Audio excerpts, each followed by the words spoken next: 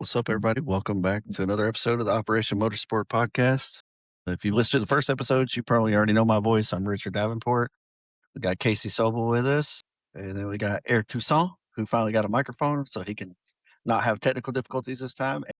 Special guest Tanner Masters is joining us today. Not a whole lot going on in the world of real life motorsport over the past month. It's been really quiet as we kind of wait for the winter season to pass on. We're kind of looking ahead to the real life motorsports, but we did have a couple of exciting things happen over on the e-motorsport side. We had a team of us compete at the Bathurst 12-hour race. It was a challenge, I would say, to put it mildly. Everyone had technical issues. Tanner here is with us. He had a PC issue that didn't want to cooperate. The race started late because iRacing's whole service wasn't operating. We had wheel disconnects. So it's myself, Tanner Masters, Brandon Mateo, Travell H, Damian Castro, all raced. And I think myself and Damian are the only two that didn't have any sort of issues. Brandon, he's living with his father-in-law, I think, right now while he buys a house, and his father-in-law decided he was going to renovate the kitchen, which is where his internet was. So his internet was disconnected. But it was a struggle the whole race. I think something changed. We raced a Corvette, a GT3, and I think something changed with the setup like the day before because I raced a 40-minute race and I did fine with it. I got second place or third place. I can't remember. Anyways, and then the next race I tried to do and it handled completely differently. We had a couple of incidents. We wound up P21 overall, which still we finished the race, and out of over 60 entries, we finished P21. So can't complain. Tanner, you can put in any input if you want on the race. Yeah, I mean, yeah, from the get go. So first and foremost, thanks for having me on, Rich. I appreciate it. Of course, brother. Yeah, yeah. First and foremost, man, the technical difficulties just came out right at the wazoo. I mean, I got about 5 laps of practice in the vet. I had to buy it the Friday before, right, and pick it up. But when we got ready to start, I had massive my triples weren't syncing up at all because I wasn't gonna run the race in VR originally. And I was going to go triples. Triples wouldn't sync up at all. So I disconnected and put the Pimax on and just couldn't get, nothing was loading. I was hitting like a VRAM limit. Nothing was working. A computer wouldn't comply. And then none of my peripherals were working. Come to find out, the peripherals don't like being wireless with all the tracking going on. So they That makes weren't sense. talking. Yeah. So I had to plug them all in and get everything going. But no, so qualifying went kind of, as it does. I'm not the best qualifier. I think we started 30th, 32nd, Yeah, something something like like that. that. Yeah. Yeah. But the start of the race went well. I mean, I think we did pretty good, stayed pretty consistent, climbed a few positions up into the teens, I think, before the end of that first stint. I think the biggest hurdle though was that change in light cycle, right? And seeing that for the first time uh on the mountain in VR was probably the most daunting thing I've done in a while. So the fact that I didn't crash the car at all was a blessing in disguise. But Yeah, I yeah, tried to run that race in VR for practice because I have a cheap VR headset and I had ran it around at Road Atlanta and I was like, well, this isn't so bad. And then I put it on at Mount Panorama and I was like, this is untenable. I can't do this. Like, cause the curves, it's so curvy. I was like, oh man, I'm feeling nauseous. I got a and weak everything baby feels stomach. really So really tight, right? Like because there's walls on yeah. both Oh yeah. sides the whole time, and you're just like, dude, I don't know what I'm doing here. Yeah, it was crazy, but like I said, we did also there was a guy there that hit us up in the in-game chat, and he was like, "Oh, you guys are all or like you guys got veterans on your team," and I was like, "Our whole team is veterans," and he was like, "Oh, we got a guy that's actively serving on our team," and so we actually wound up getting him in the Discord, so he's in the Discord with us now. That was a really cool experience, and they just picked us up off delivery, I guess. But yeah, so that was pretty interesting. Outside of Bathurst, we're looking at I think we're gonna have a team running Sebring. I won't be there. I'll be at Sonoma for the start of the SRO season, but I think we have a team looking to run the LMP2 for that. And then, of course, we did since the last time we spoke to you all, kicked off our season 12 of the Operation Motorsport E-Motorsport League, and I'll hand it off to Mr. Casey here so he can talk about that. Yeah, so that was actually my first time ever doing a league race. Know a bunch of these guys in person, but I'm pretty new to the online E-motorsports. So that was a blast for me. My goal was to not finish last, and I didn't. So I was happy with that. Yeah. I don't really know much What did you more think on. about the multi-class? Because we did go back to multi-class Oh, yeah. racing this season. So Yeah. Multi-class was interesting off the hop. Just everyone started how they qualified instead of starting by like GT3, GT4, LMPs. So you were kind of mishmashed. So no chaos, where I thought there might have been all kinds. But it was actually a pretty smooth race. Different for me trying to see an LMP2 flying up on me, comes at you really quick when you're not expecting it. yeah, So yeah, it here's my was. question. Since I'm not in the motorsport, would you recommend it? Oh, yeah, Since it's your 100%. first experience? Yeah. Yeah. And I mean, my body's a disaster and I still lasted. I mean, it's only, I think, 45 minutes. But yeah, if I can do it, anyone can. I got bad wrists, bad back, bad everything. That's awesome. It's just another way to stay connected with everyone. You know what I mean? Because like it's cool to see everyone out at the racetrack, and you build these bonds with people when you're at the racetrack. But there has to be some way to maintain contact, and we all chat in the WhatsApp group and all of that. But at the end of the day, the e-motorsports is just for the guys that are in immersion. It's just another way to stay connected. And then there's some guys who their PTSD is such that they can't even get out. You know what I mean? They don't want to. They can't deal with the crowds or whatever the case may be, and that's their tether to the community. And I think that's super important and critical. I think one thing that's important to mention, though, is that being part of the immersion program might help you attend those places. I know for myself, I couldn't attend the CNE in Toronto. It was too much. But going to the races, like my mind goes blank. It's like, it's not even there. Yeah, I think that's true. And I think I wish more people would give it a chance that feel that way. You know what I mean? Even if they came out like, and I don't know, maybe it's something Opmo could consider. I have no idea. But maybe if there was like an introductory type of thing for people like that to where they could come out and kind of like be isolated a little bit, not have to fully participate for a race and just kind of see how they feel about the weekend, that would be pretty interesting. I think for myself, like behind the lens, that helps me a lot. So at least I have that. Yeah, I'm the same way, and I'm a big advocate, as anybody who's ever heard me talk knows. I'm a big advocate for veterans taking up photography because if you learn the principles of marksmanship, it's the same principles that apply to a camera. So you're acquiring a target. You know, you're focusing on a sight picture. You're focusing on breathing. You're all of these things. You don't have a trigger, but you got a shutter release button. So you still have to have shutter release discipline, or you'll have 9,647,000 photos that you can't do anything with. You know what I mean? So I often forget to breathe because like I'm so in awe when I'm at the races. I can relate to that as well. Yeah. So, so Eric's another photographer. I think we mentioned it in the first episode, but he and I are both photographers. That's what we do in Opmo. But I mean, if you're a veteran and listening to this and you've never picked up a camera, just try to find a cheap one. And you don't have to photograph race cars, just photograph birds or whatever you find comfort in. Try a camera and see if it helps. Because the whole reason I got started personally doing photography is because I'm a big music fan. I'm a big metal guy. And one of my favorite bands is Lamb of God, and the vocalist Nice. Randy Bly, he was dealing with alcoholism, and he was trying to figure out how he could fix himself from and not have to deal with alcoholism. And he bought a camera, and it helped him. And I was like, well, if it can help him, maybe it can help me. So I bought a cheap camera, and I was kind of off to the races after that because it's exactly like you said. Whenever I'm behind the lens, everything else seems to fade away, and I'm focused on whatever my subject matter is at the time, whether it's a concert, which I did for 7 years, or if it's race cars. I don't think about, God, there's a huge crowd of people here, or, oh God, I got these bills to pay, or none of that. It's just I'm fully in the moment. That's like me. I started taking pictures of my kids' sports, and at that point, that's when I realized, like, hey, the noise that's around me goes away. So that was huge. And now I do it for junior teams, and there's loud noises, but I just tune it out. Yeah, I think it's super beneficial, and I think it's something that a lot of veterans don't consider as an option that could be super helpful. I think the arts in general are that way, though. Yes, I agree. Yeah. Anything 100%. artistic is very therapeutic. And we got a couple of artists on here. Eric's so good at drawing, and so is Tanner's. Yeah, I'd say Tanner is better than me. Definitely. Just a different style. That's all. I'll take that. So we didn't have any racing stuff, but we did have something cool that Eric got to go participate in. I'll let him tell you about it.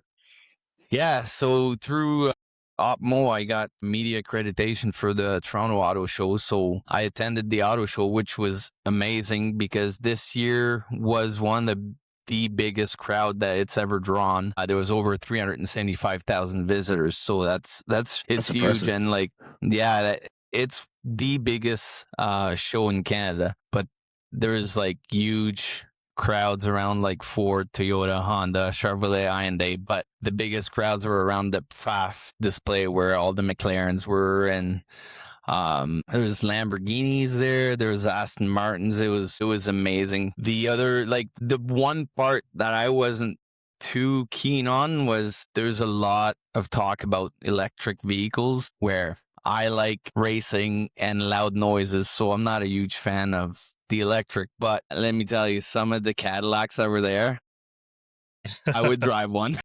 Yeah. Even though it's electric? I'd say for me, the highlight was to see this car that's on my background, the Audi F. That was amazing. Cadillac also had a replica there, but yeah, the Audi was definitely my highlight, especially being a huge F1 fan. I wish it was the Aston Martin, but the way their season is starting right now, I'll pass on that.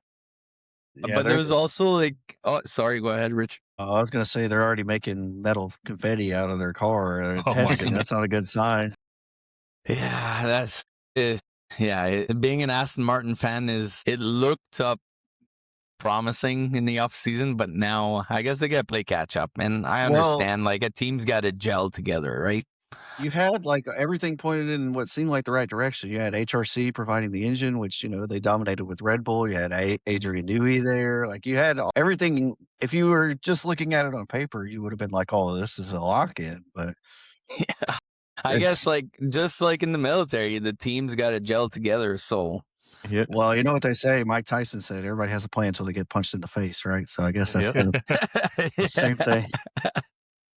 Another cool thing, though, because we're going off here from the auto show. Another cool thing is I got to meet James Hinchcliffe, which, as everybody knows, he's a huge presence in Canada, especially in racing. So, and just to talk to the guy about what OpMo does, he seemed really interested, and hopefully we can draw him into our world eventually. And then I got to have a chat with Mr. Chris Bai, the owner of FEL, which, again, people like that makes this program work, and it helps saves lives without directly saving lives, Yeah, I think it gives back to them too. Like, they don't know the skills that we have until we show up.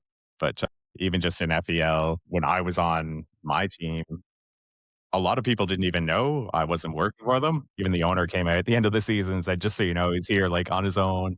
It's voluntary. Like, he wants to do this. So some of them don't know that your skills like can directly transfer over. It doesn't matter what you did. Just the military mindset kind of puts you in a good spot to work on vehicles.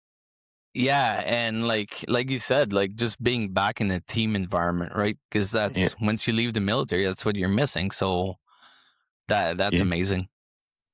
Yeah, and that kind of goes into Tanner because he kind of transitioned this year from beneficiary and now he's working in SRO. Yeah. Yep. Do you want to talk a little on that? Sure. Yeah. I don't know where to begin because that's a long story.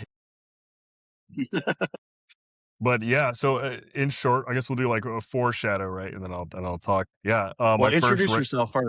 Tell us about absolutely. what you did in the military and everything. Yeah. Yeah. So Tanner, right? Tanner Masters. I was a staff sergeant in the United States Air Force. I was fire protection to 3 Echo 7X3. Layman's terms, I was a fireman. No EMS, strictly fire based, working on airfields, and got a couple of deployments underneath my belt to go out to a couple of FOBs and pretty much watch aircraft for 6 months at a time, and then ultimately finished up at NORAD, hanging out Shy Mountain, and nothing really exciting there except for we ran mutual aids at the city, so that was like the first taste of like working with a city department that I ever got, but I got it through the military, right? I was 18 and I tried to join the city out here in Texas, and I was failing every exam left and right. Had no ground to kind of work with to get into a city. So going through the military and growing as an adult, getting the discipline and stuff that we all get, along with some of the negatives that we come out with too. But learning how to be an adult really helped, right? So, but then coming out, I got out in, oh geez, it's 2026 now, so I got out in 2021, and I was fortunate enough to land a job as a civilian, as a GS civilian, over at JBSA Lackland, and just kind of went from there and decided I wanted to be a paramedic and came out to the county. Now I work outside the city of San Antonio as a firefighter paramedic there, and just kind of continue, like I said, taking the skill sets we learned and continuing on out in the outside world, which oddly enough I couldn't have done without Opmo. And we can kind of dive into that a bit. But in short, my first year with Operation Motorsport I spent with CrowdStrike by APR on the LMP2 car for George Kurtz, and I think at the time it was George Kurtz and Ben Hanley and Nolan. I'm gonna forget the young man's last name. Great guy though, but I just forgot his last name. But I spent the season with them under Stuart and Sam, and it was terrifying, right? Because we're all looking for that missing link that we had post service. I lost a bunch of guys, and outside of losing my guys, I lost that connection to the service as a whole. And unfortunately to myself, right, as most of us do. Linking up with that team, I remember it was Laguna Seca, and I'd already had doubts about Opmo. I didn't know it was real, didn't know it was a thing, but they put me on a plane, and I ran into, you guys will know, but I ran into Greg Meismer, who's the first person I ever met in an airport in California. He's a great guy, but when I saw him in the airport, I was like, man, this guy's going to take me out back and sell me somewhere, right? So we go on this long 2-hour Uber drive into some city outside of Laguna Seca, and we meet Adam Poppenhouse. And off of some road, I couldn't even see Laguna, but off of some road, and I was like, oh yeah, this is it. This is it. I messed up. But short story long, I ended up meeting CrowdStrike, and they welcomed me right in. I think the biggest part of it was, as nervous and scared as I was to kind of continue on, was somewhere in the back of my mind, all the things I learned about, like, hey man, you got the job, get it done, kind of clicked, and before I knew it, I was able to mesh with the guys on CrowdStrike for an entire season and really run that. But then so that was with IMSA. I took a year-long break. I went to paramedic school, and then I came back, and Jason had asked me, hey dude, do you want to do something new, something different? And I was like, yeah man, what you got in mind? And they put me with SRO, and they put me on medical. So I kind of bounced between being a pit lane medic and riding in the med car with Dr. Treefan and Dr. Somerville and them. And it was cool because the first year I learned how to reintegrate into a team. My skill set doesn't transfer well to motorsport as as like a mechanic or anything like that. Like we had a guy for that, right, in the fire service. When they put me with medical, not only was I able to integrate with the team, but then my skill set came alive, and I was able to use that to my benefit and directly benefit the guys throughout the season. Now, granted, guys like Dave Bell and the Nagiris, they were taking care of me more than I was taking care of anybody else. Those dudes were always come up to me like, hey man, we got water, we got food, like we've got you, taking care of me, because you sit in a fire suit for 14 hours a day, and they kind of ran with me with that. But all that transferred into, me now having a job, a full-time position, and my first race as a full-time SRO employee will be Sonoma. So I'll be there with Richard. And we'll be able to watch these bang some doors and hang out in California this year. That's awesome. That's awesome. The perfect example of like off-ramping from Opmo, really. Yeah, well, they gave you the opportunity, right? Which is all they can do, and then you have to make the best of it. And that's exactly what you did. Yeah. Well, I think the biggest part of it was just how supportive Jason, Tiffany, and Diesel were with me branching off and going to do something. Because I remember Laguna Seca when I was with CrowdStrike, and I got offered a position to drive truck. I was overwhelmed and excited, and I remember Tiffany telling me, "Hold on, dude, take your time with the program. Take your time with the program." And I did, and it paid dividends. It paid wonders. And then when the job came up with SRO, Jason and Tiffany 100% took me and were like, hey, this he's ready. He's been with us for 2 years. We know he's ready. He can do the job. And the support I had from them, the support I had from you guys, all my brothers that are out there on the track as well, has just been phenomenal. So one of the things It's I like awesome. to ask is what do you think, like, if you had to pick something that correlates from your military service to the racing, like, what do you think the biggest thing is for you that transitions over? the Or mission. was it a challenge? Well, so I think the answer is both, right? I think it is 100% a challenge because you've got the mission transfers over, and when you have people that are like, hey, the end of this weekend, our goal is to podium, our goal is to finish, our goal is to put on a show, is to be the best we can. That translates from the military. What didn't translate was being like, hey, by the way, we need you to on the fly learn a skill set, right? Because we're so used to having like our CVTs and our tech school or A school or whatever, and getting time to like, this is a pencil, this is how you write the letter A, and then all of a sudden they're like, hey dude, you're going with I think her name is Maria. You're going with Maria and you're gonna learn how to do tires, temps, and scraping. Go. And then the next week they're like, hey dude, you're on fuels with Edu and you're gonna learn how to run the dead man switch and do this. And you're like, whoa, okay. you know? And I think also though that does kind of play into the military, right? Because we are very adaptable in the military because Versatile. at least in my experience, like, we would be out on mission down range, and next thing you know, we get a flip ball and it's like, hey, you're doing this, but now, surprise, you're gonna go do this instead. And like I could tell a perfect example. We were out on mission clearing a route, and then we got called. They're like, "Hey, we got a flip bowl. 4th Infantry Division is like they got blown up. They got their vehicle is dead, and they can't get QRF from their fob." And we're like, "What do you mean they can't get QRF? Like that's not a thing." And they're like, "Well, their fob is on lock. Their fob is on lockdown. So you guys have to go." We're like, "What?" Like we go recover the guys and all of that. That's a whole other story. Long story short, their fob was on lockdown because the Afghan National Police, I think it was the police, it may have been the army, either way, on the fob, we're playing cricket. It was 2 different tribes, and they got into an argument with each other, and they just started shooting. Like, My so their whole goodness. fob was on lockdown, so QRF couldn't get on. But that's just like one of the things, right? It's like you weren't expecting your day to go that way, but it did, and you just have to adapt to it and adjust. Yeah. So that's my perspective on it anyways, is just we are very adaptable, even though we are, like you said, we are taught from a very they break it down Barney style when you try to learn your Yeah. job, right? Yeah, Is they what they do. would Yeah. How do you teach this to a 5-year-old, right? Is pretty much. right, yeah.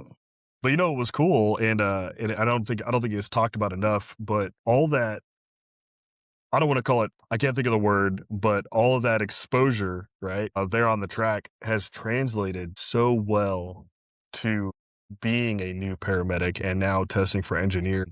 I've been driving the ladder truck recently for my department, and it's a position that is new to me, right? Being a paramedic's new to me, being a driver's new to me, but having those seasons under my belt and having the growth and support that I had from Operation Motorsport and the teams I was involved in have shown me like, hey, dude, you can do this. Whatever gets thrown at you, and I think that's the important part that we don't talk about. We talk about a lot of like, hey, man, come in.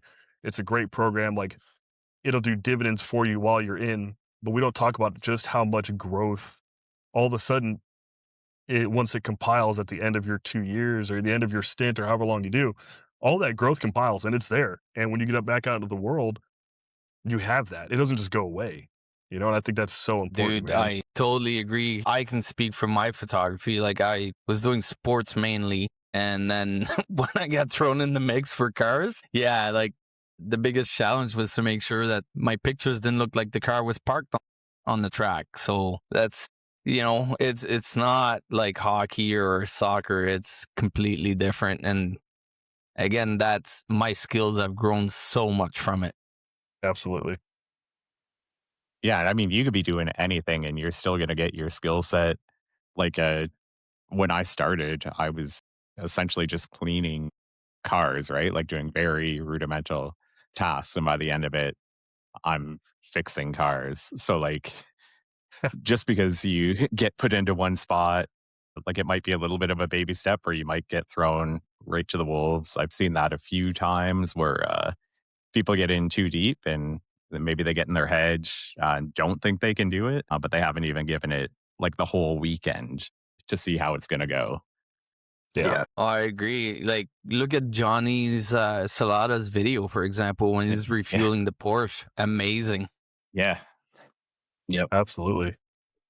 And I do think there is a lot of those unseen benefits to the program as well. And to being at the racetrack, which I think is some of what Tanner was alluding to, is like it helps you build character in a way that I'd say is different from the military, right? Because you have less high stakes. I mean, we talked about this last episode. There's still danger, don't get me wrong, but it's there's not a chance of you causing an international incident at a racetrack, most likely. I mean, you know what I mean? Like, so I mean, that's not a challenge. If anybody's listening to this and thought that was a challenge, it's not. But I think you can grow as a person, and it's helped me immensely as well. Like Tanner was saying, this is technically my third season, but I only did 4 races my first season. But it's helped me just put things into perspective and realize like, oh man, stuff isn't I'm not making mountains out of molehills as much as I used to, and I just try to take things in stride. Yeah, absolutely. And I think And Eric's that's the or beauty of the. Casey. Sorry. No, go for it, Tanner. Oh no, I was just gonna say I think what Casey said was great, man. Give it the weekend. And I think that's important. Like anybody that's looking at the program to come in is, hey man, give it the weekend. Don't punch out on Tuesday. Don't punch out on Wednesday. Wait till Sunday. Give it the weekend, man. So. And the teams that take beneficiaries and they understand that there might be a moment where you need to pull back for like 5, 10, 15 minutes. And that's not a big deal. Yeah, and every team that I've worked with has been very understanding. Like the team that I'm on, I made a joke because the owner is like, "Man, you got any Ativan? Because this is way too stressful for me." And I was like, "Well, I do, but I don't think you should be doing that." But it's not just like us; they understand it too, right? They're in a high pressure situation. But the team I was on last, they're like a very laid back, mellow team. So like the fit for me is very good. I'm a laid back person. Always look happy on the outside, but maybe not always on the inside. So, nice level hedge place to be. And I don't know, me, race cars, everything else goes away when I'm around them, and you might find that yourself. Yeah, it's true. And like, I can vouch for your team too. The first time I met you with Richard last year, sitting down and like having some drinks with the team owner, I was like, wow, this is unreal. Yeah, that's the other thing I think is a benefit too with coming in with Operation Motorsport is they already have a name in the paddocks that we go to, whether it's IMSA or SRO or FEL, NASCAR Canada. They've already built a reputation. And so 2 sides to that, right? Like the one side is, yes, you kind of some expectations are already set for you, but also you have to be an ambassador and you have to come in with the right attitude and mindset, or it's going to look bad on the organization, which we would never want. So, but I do think it's beneficial to come in as a beneficiary of OPMO because they do have this understanding, at least at a base level, of what they're getting, and they're willing to work with you. And just to go back to VROR last year, I didn't expect them to have a therapist there for us. And I was like, wow, that's amazing that they go through all the hoops to make sure there's a quiet room and like a therapist and everything to support us, not to support them. It's to support us, the beneficiaries. We had 2 therapists. Yeah. Yep. Yeah. Because they knew we were some special cases. So they was 2 therapists. Yeah. No, but I mean, it just, again, I think it speaks volumes to the organization and the fact that they actually care. They're not just here, like they're not buying yachts with the money they get to help us. You know what I mean? Like it's actually, if you get into the program, you can see the benefit in real time. That's how I feel about it anyways. Yeah, I agree. I don't think I think it would be hard pressed to find one beneficiary that didn't grow from it for. Yeah, even if it wasn't for them, even if this program wasn't for them, I'm sure they found something out about themselves just from taking a weekend or even just a day there. I agree. 100%. But yeah, you can find your limits even if it's not for you, right? You can say, okay, Yep. well, there's my limit. I found Yep. it. But, Yep. don't put yourself back in that position.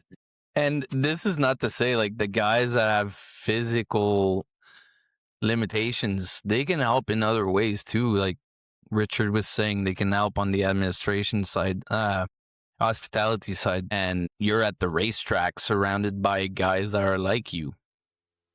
Yeah. Or like do like what I'm doing.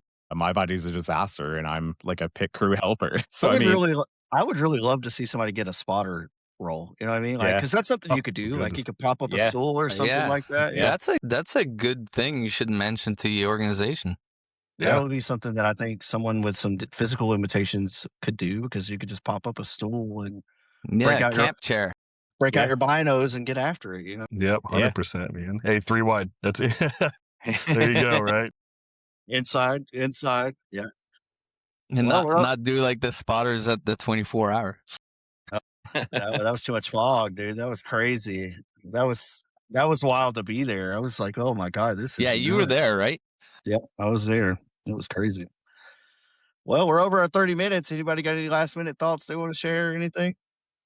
Just for Tanner, I guess next time if you come back on the podcast, man, you need to have a beard. Yeah, you're right. Odd man Hey, out over yeah, there. you know what? I'll take a couple days of PTO and I'll grow one out, man. Well, Tanner, thanks so much for being here, man. We appreciate it. I hope you felt like you got to say what you wanted to say about your time and your journey throughout mowing into the SRO paddock as a pit lane official. That's really awesome, man. And I think your man. story is pretty unique, so I think it's special. And it's a good example. Like we said, you don't have to be working on a car. We talk about that every episode, I feel like, but you're living proof of it. Well, yeah, man. Like I said, I appreciate you guys having me, and I hope that I portrayed it the way I expected to, because it's, in short, it's just been life changing, man. And there's no other word for it. So And I think we all feel that way, or we wouldn't be Yeah, here. 100%. yeah, 100%. Yep. Yeah. Yeah, absolutely. Yeah, because I mean, it's a lot of work, man, doing a podcast. You know, you got to slice up like time to do meetings and time to record the episode and all of that. And it's a labor of love. We're not doing it because anybody told us to. We're doing it because we love it, and we're trying to find ways to get back to the organization. And that should speak volumes too to what we got out of the organization. Absolutely. You know, figuring out the speakers and the headsets and the microphone. Oh, Well, I'm working All on my right, wired guys. headset, so you know. Yeah, mine's wired right now. Yeah. Well, thank you everybody for joining us. We hope you enjoyed this episode of the podcast, episode 3. We're going to keep trucking. We'll see you back in March. Everyone have a good evening. Yeah. cheers. Take care.